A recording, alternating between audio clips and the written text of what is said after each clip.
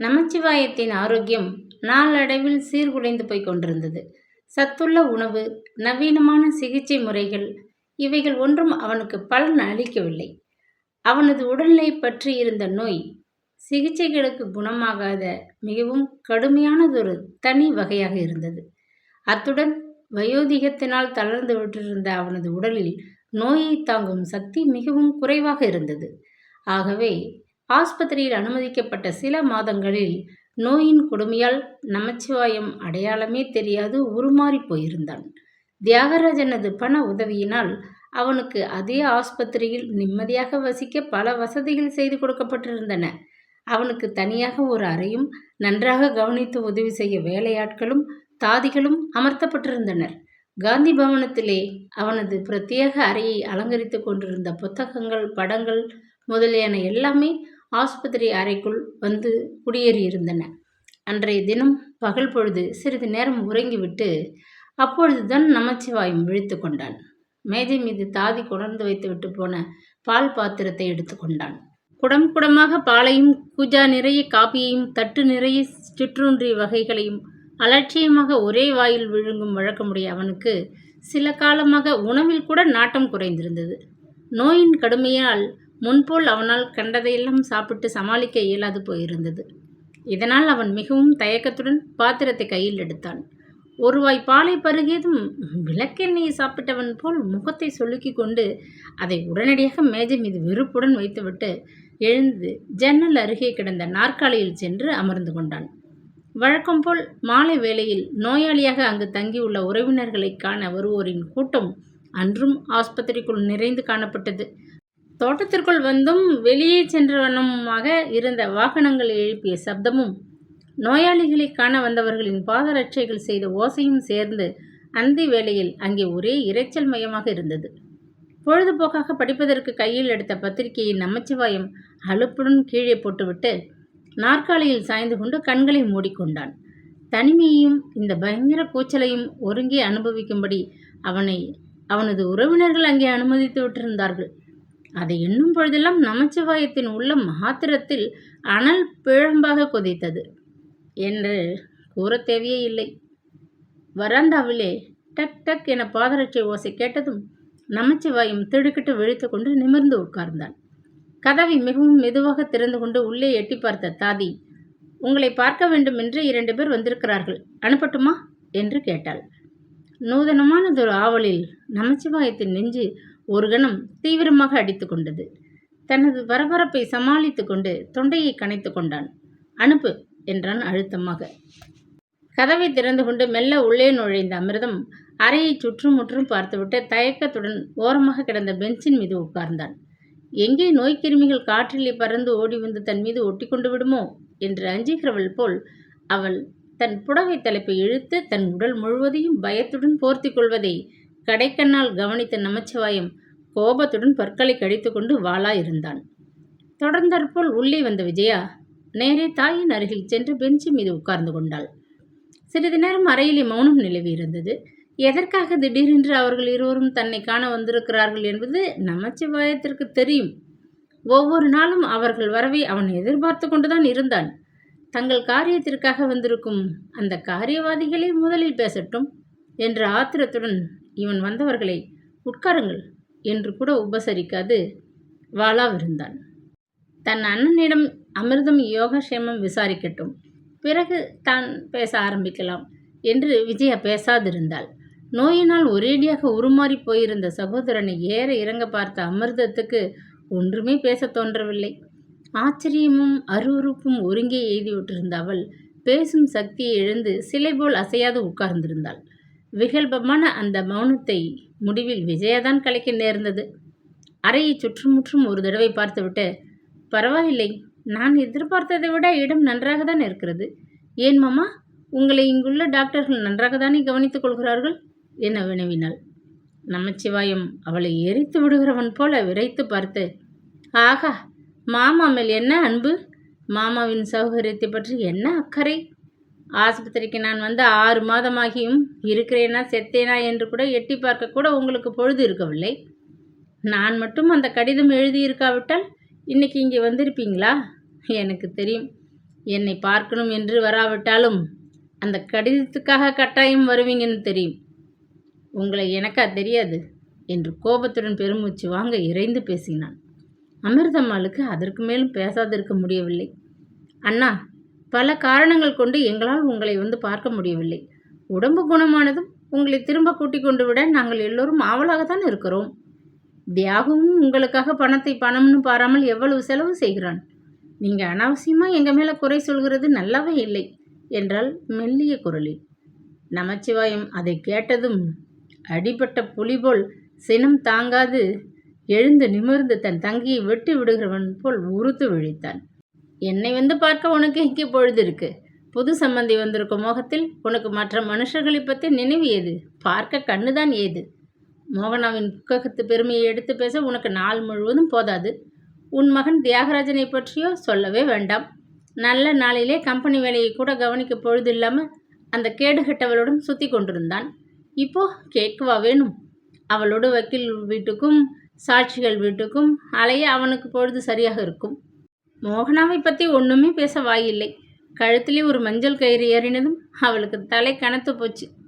கந்தல் புடவையை கட்டிக்கிட்டே அரை வயிற்று கஞ்சிக்கு ஆளா பிறந்த அமிர்தம்மாள் பெண்ணா அவ இப்போ?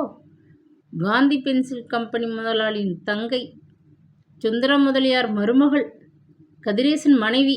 ஆகா, அவளுக்கு இந்த ஏழை மாமாவை பற்றி நினைவு கூட இருக்குமா? அவளது நினைவுக்கு மாமாதான் தகுதியா? மூத்த பெண் விஜயா, அவள்தான் இப்போ காந்திமதி அத்தையம்மாளின் ஸ்தானத்திலே அமர்ந்திருக்கிறாளே. பெட்டி சாவியை இடுப்பிலே சொருகிக்கிட்டு அந்தஸ்தா வீட்டை சுற்றி வரவே அவளுக்கு நேரமில்லையே.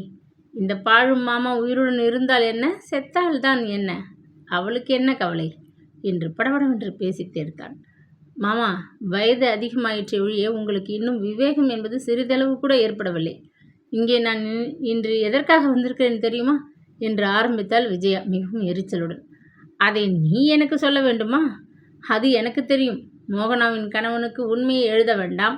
தியாகராஜனை பற்றிய தகவல்களை போலீசாருக்கு ஒன்றும் தெரிவிக்க வேண்டாம் என்று கெஞ்சி கேட்டுக்கொள்வதற்கு வந்திருக்கிறீங்க அம்மாவும் மகளும். தெரியாதா உங்களை? சுயநலப் புலிகள், நன்றி கெட்ட துரோகிகள். இன்னைக்கு நீங்கள் சாப்பிடும் சோற்றுக்கும் உங்கள் வீட்டில் எரியும் விளக்குக்கும் நீங்கள் இருக்கும் இந்த நிலைக்கும் காரணம் யாருன்னு ஒரு நாளாவது யோசித்து பார்த்திருப்பீங்களா? இந்த நமச்சிவாயம் இல்லாதிருந்தால் அமிர்தம்மாளின் பெண்கள் நடுத்தருவில் பிச்சை எடுத்துக்கொண்டு நிற்பார்கள் என்று ஆத்திரத்துடன் கத்திய நமச்சிவாயம் மார்பின் மீது படார் என்று அடித்து கொண்டான். அண்ணா, எல்லாம் நீங்கள் செய்த உதவிதான், இல்லை என்று சொல்லவில்லை. நீங்கள் ஏற்றி வைத்த விளக்கால் தான் எங்கள் குடும்பம் இன்னைக்கு நல்ல நிலையில இருக்கிறது. ஆனால் இது சமயம் நீங்கள் எங்களிடம் நடந்துக்கிற முறை உங்களுக்கு அழகாக இருக்கிறதா? யோசித்து பாருங்கள். உங்களை வந்து பார்க்கணும் என்று கடிதம் எழுதி கேட்டால் நாங்கள் வராமலா இருந்து விடுவோம். உண்மையாக மோகனாவின் கல்யாணத்திற்கு பிறகு எனக்கு எங்கேயும் கிளம்பவே பொழுது இல்லை. அந்த பெண்ணை அந்த இடத்தில் கொடுத்ததை பற்றி எனக்கு கொஞ்சமும் பெருமை இல்லை. அதுக்கு பதில் எதுவும் துக்கமாக இருக்கிறது. மோகனாவை மாமியார் வீட்டில் சிரமப்படுத்துகிறாங்க. குழந்தையை இன்னும் ஒரு நாள் கூட நான் போய் பார்க்கவே இல்லை. அவளும் இங்கே வருகிறதில்லை. தியாகராஜன் 4 மாதமாக ஊரிலே அதிகம் தங்குறதில்லை. நாகபுரியில் ஒரு பிரான்ச் கம்பெனி ஆரம்பிச்சிருக்கிறான். அதனால் அங்கேயே தங்கிக்கிறான். இந்த சமயத்துக்கு விஜயாவாவது கூட இருந்து வீட்டை கவனித்துக் கொள்கிறாளேன்னு எனக்கு மனசில் கொஞ்சம் நிம்மதி. அண்ணா, என் நிலையிலிருந்து யோசிச்சு பாருங்க. இந்த வீடு, இந்த சொத்து சுகம் எல்லாம் என்னுடையதா? உங்கள் உடம்பு பூரணமாக குணமானால் ஒழிய உங்களை திரும்ப வீட்டுக்கு கூட்டி கொண்டு வரக்கூடாதுன்னு தியாகராஜன் கண்டிப்பாக சொல்லியிருக்கிறான். இதனாலேயே மோகனா வீட்டு மனுஷர்கள் நம்ம வீட்டிற்கு வருவதே இல்லை.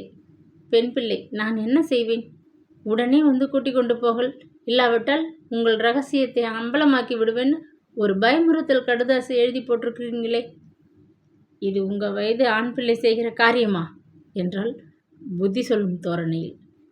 கடிதத்தை கண்டதும் ஓடி வர தெரிஞ்சதல்லவா? அப்படிப்பட்டவள் எனக்கும் ஒரு வழி செய். என்னுடைய வியாதி கூட இருக்கிறவங்களை ஒட்டிக்கொள்ளும் அபாய நிலையை தாண்டி விட்டதுன்னு டாக்டர் சொல்கிறார். அதனால் இன்னைக்கே என்னை உங்களோட கூட்டி கொண்டு போய்விடு. தன்னந்தனியா ஏன் என்று கேட்கக்கூட மனிதர்கள் இல்லாத இந்த பாழும் ஆஸ்பத்திரியில் அனாதை போல என்னை போட்டு வச்சியே. இந்த பாவம் உன்னை சும்மாவா விட போகுது என்று உருமினான் நமச்சிவாயம். நீங்கள் இந்த நிலையில் திரும்ப அங்கே வருவது சாத்தியமில்லை. அண்ணா ஒப்புக்கொள்ள மாட்டார். காந்தி பவனம் எங்களுடைய வீடு அல்ல. அதனால் உங்களை கூட்டிக் கொண்டு போக முடியாது. வேறு ஏதாவது உதவி வேண்டுமானால் செய்ய தயாராக இருக்கிறோம் என்றாள் சிறிது கோபத்துடன் விஜயா. நான் அங்கே வருவது தியாகராஜனுக்கு பிடிக்காதா? ஏன் பிடிக்கும். பிடிக்கும்படி செய்ய வழி எனக்கு தெரியும். மோகனா விட்டவர்கள் என்னால் தான் காந்தி பவனத்திற்கே வருவதில்லையா? நான் எழுதப்போகும் சில உண்மைகளை தெரிந்து கொண்டபின் அவர்கள் மோகனாவை என்ன செய்வார்கள்? விவாகரத்து செய்து வீட்டுக்கு அனுப்பிவிடுவார்கள். பார்க்கலாம் என்று கையை ஆட்டி ஆக்ரோஷமாக பேசினான். அண்ணா, உங்களுக்கு தியாகராஜன் மேல் இருக்கும் கோபத்தை குழந்தை மோகனா மீது காட்டுவது தகாது. வீணாக அவள் வாழ்வை பாழ் செய்யாதீர்கள். ஏற்கனவே நம்மேல் அவளுடைய புருஷன் வீட்டார் மனஸ்தாபமாக இருக்கிறார்கள்.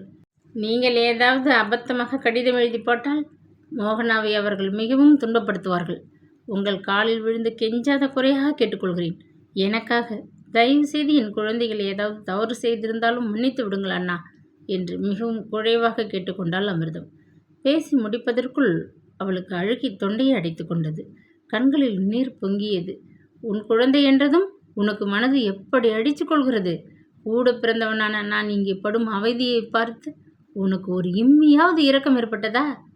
ஐயோ, அண்ணன் நோயினால் வேதனைப்படுகிறானே என்று ஒரு சொட்டு தண்ணி உன் கண்ணில் எப்பொழுதாவது வந்திருக்கிறதா? என்னை இந்த கோலத்தில் பார்க்கையிலாவது உன் மனசு கொஞ்சம் கலங்குதா? இல்லை, உன் மனசு என் விஷயத்தில் பாராங்கள். மன்னிக்கணுமா? எதற்காக? நன்றி கிட்ட உன் குழந்தைகளை நான் ஏன் மன்னிப்பேன்? மாமனுக்கு நோய் வந்துவிட்டது என்று மூக்கை பிடித்து கொண்டு ஓடினானே தியாகராஜன், அவனை கண்டு சமூகமே முகத்தை திருப்பி கொண்டு ஓடும்படி செய்ய எனக்கு சாமர்த்தியம் உண்டு. இந்த போலீஸ்காரர்கள் எவ்வளவு முட்டாள்கள்! அந்த மனோகரன் ஒருத்தன் தான் இந்த கொலையை செய்திருப்பான் என்று அவனை மட்டும் பிடித்து கொண்டு கோர்ட்டிலே நிறுத்தி இருக்கிறார்கள். தியாகராஜன் தான் இந்த கொலையை செய்திருக்கக்கூடும் என்று எனக்கு தோன்றுகிறது. மாயா அவளுக்கு எழுதிய கடிதங்களில் ஒன்று என் வசம் சிக்கியிருக்கிறது. இதெல்லாம் ஒரு சமயத்திற்கு உதவும் என்று நான் எடுத்து வைத்திருந்தது நல்லதாகிவிட்டது. நமது காதலுக்கு குறுக்கே யார் வந்தாலும் அந்த எதிரி அதிக காலம் ஜீவித்திருக்க முடியாது என்று அவள் அதில் எழுதியிருக்கிறாள். மாயாவுக்கும் தியாகராஜனுக்கும் இடையே உள்ள காதல் சமாச்சாரம் ஒருவருக்கும் தெரியாத ரகசியமாக இருக்கிறது. ஆனால் அதை இப்பொழுது நான் அம்பலமாக்கப் போகிறேன். சஞ்சீவி கொலைக்காக உன் மகனும் போய் கூண்டில் நிற்கட்டும். ஊரே பார்த்து சிரிக்கட்டும். மாயாவுடன் காதல் புரியலாம், அவளுடன் ஊரை சுற்றலாம், உல்லாசமாக இருக்கலாம். இந்த கொலையில் மட்டும் சம்பந்தப்படாது தூர விலகி ஓடி போய் விடலாமோ? அவளுடன் ஜோடியாக கோர்ட்டுக்கும் போய் வரட்டும். காந்தி பென்சில் கம்பெனி முதலாளியின் யோகியதை எல்லோருக்கும் தெரியட்டும். இதையெல்லாம் விவரமாக போலீஸிற்கு ஒரு கடிதம் எழுதி மாயாவின் கடிதத்தையும் அதில் அடக்கம் செய்து அனுப்பிவிடுகிறேன். உன் சம்பந்தி அம்மாள் கமலா அம்மாவுக்கும் அத்துடன் ஒரு கடிதம் எழுதிவிடுகிறேன். கொலைக்கேசில் சம்பந்தப்பட்டு அவதிப்படும் இந்த மாயாதேவி தனது மருமகளின் ஆருயிர் தோழி என்பது அவளுக்கும் தெரியட்டும். மாமாவுக்கு வந்த வியாதியை விட இந்த குடும்பத்திலே அண்ணனுக்கும் தங்கைக்கும் உள்ள அபக்கியாதி எப்படிப்பட்டது என்பது தெரிந்து கமலம்மாள் அவமானத்தினால் போய் தோட்டத்து கிணற்றில் விழுந்து சாகட்டும் என்று ஓயாது மூச்சு விடாது கத்தினான் நமச்சிவாயம். அண்ணா, என் குழந்தை மோகனாவின் வாழ்வை பாழாக்காதீர்கள். உங்களை மன்றாடி கேட்கிறேன். இந்த ஒரு தடவை எனக்காக என்று பேச முடியாது அமிர்தம்மாள் விக்கி விக்கி அழுதாள். உன் நன்றியற்ற குழந்தைகள் நாசமாக போகட்டும். யாருக்காகவும் நான் எடுத்த முடிவை கைவிடப் போவதில்லை என்று பல்லை கடித்தான் நமச்சிவாயம். அதை கேட்ட விஜயா அதற்கு மேல் பொறுக்க முடியாது சீற்றத்துடன் எழுந்தாள். நன்றி? யாருக்கு யார் நன்றி காட்ட வேண்டியது என்பதை கொஞ்சம் யோசித்து பார்த்தால் உங்கள் மூளைக்கு உதயமாகும். இந்த நிலையிலும் உங்களை கைவிடாது காப்பாற்றி வருவதற்கு என் அண்ணனுக்கு நீங்கள் 7 ஜென்மத்திற்கும் கடமைப்பட்டவர்கள். அப்படி இருந்தும் கொஞ்சம் கூட மனிதத்தன்மையின்றி அணுவளவும் நன்றி இல்லாது பேசுகிறீர்கள். வயதாகிவிட்டது, நோய் வேறு பிடித்திருக்கிறது. அந்திம காலத்தில் கடவுளை நினைத்து மனம் பக்குவப்பட வேண்டிய பருவத்திலே உங்கள் மனதில் ஏன் இந்த விகாரமான சிந்தனை என்றாள். அதை கேட்ட நமச்சிவாயம் ஆத்திரம் தாளாது, நிறுத்து அதிக பிரசங்கி. கிழவன் ஒருவன் தான் உலகத்தில் சாக வேண்டுமா? சாவு யாருக்கும் எந்த சமயமும் வரக்கூடும். நீ இங்கிருந்து வீடு போய் சேர்வாய் என்று என்ன நிச்சயம்? வழியிலே உன் கார் மோதி நீ நடு வீதியிலே சாகவும் கூடும். வாலிப மிடுக்கிலே என்னை கிழவன் என்று குத்தி காட்டி பேச வேண்டியதில்லை என்று கர்ஜித்தான். அண்ணா, பச்சை குழந்தை, அவளை ஏன் சபிக்கிறீர்கள்? உங்களுக்கு புத்தி மழுங்கி விட்டதா? இதெல்லாம் என்ன பேச்சு என்று இடைமறித்தாள் அமிர்தம். அம்மா, அவர் என்ன வேண்டுமானாலும் சொல்லட்டும். எனக்கு ஒன்றும் பயமில்லை. சாவை கண்டு நான் ஒன்றும் நடுங்கவில்லை. இவர் சொல்லிவிட்டதனால் நான் இன்று வழியிலே இறந்துவிடப் போகிறேனா? மாமா, சபியுங்கள். நன்றாக உங்கள் மனம் போன மட்டும் எங்களை சபித்துக் கொள்ளுங்கள். அக்கறை இல்லை. உங்கள் பயமுறுத்தலுக்கெல்லாம் மசிந்து நாங்கள் உங்களை வீட்டிற்கு அழைத்து போகப் போவதில்லை. அதைச் செய்கிறேன் இதைச் செய்வேன் என்று எங்களுக்கு முந்தா நாள் போட்ட காகிதத்தில் பயமுறுத்தி இருந்தீர்கள். பயந்து கொண்டு உங்களை அப்படி செய்யக்கூடாது என்று கேட்டுக்கொள்ள நாங்கள் இங்கே வரவில்லை. புத்தி சொல்லிவிட்டு போகத்தான் வந்தோம் என்றாள் விஜயா. புத்தி சொல்கிற ஆளைப்பார் என்று இகழ்ச்சியாக கூறினான் நமச்சிவாயம். பயமுறுத்தல் என்பது எல்லோரிடமும் பலிக்காது.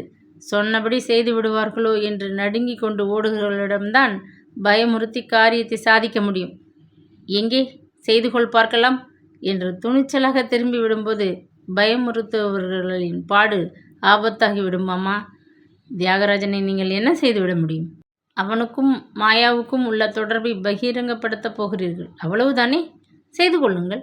மோகனாவின் மாமியாருக்கு மாயாவை பற்றி கடிதம் எழுதப் போகிறீர்கள்.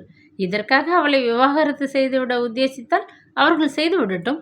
என் தங்கை மோகனா அப்படி ஒன்றும் கதியற்ற பெண் அல்ல. படித்தவள். தன்னை காப்பாற்றிக்கொள்ள அவளுக்கு சக்தி உண்டு. இதையெல்லாம் சொல்லி எங்களை பயமுறுத்த வேண்டியதில்லை. இதற்காக பயந்து கொண்டு நாங்கள் உங்களை அழைத்து போகப் போவதும் இல்லை.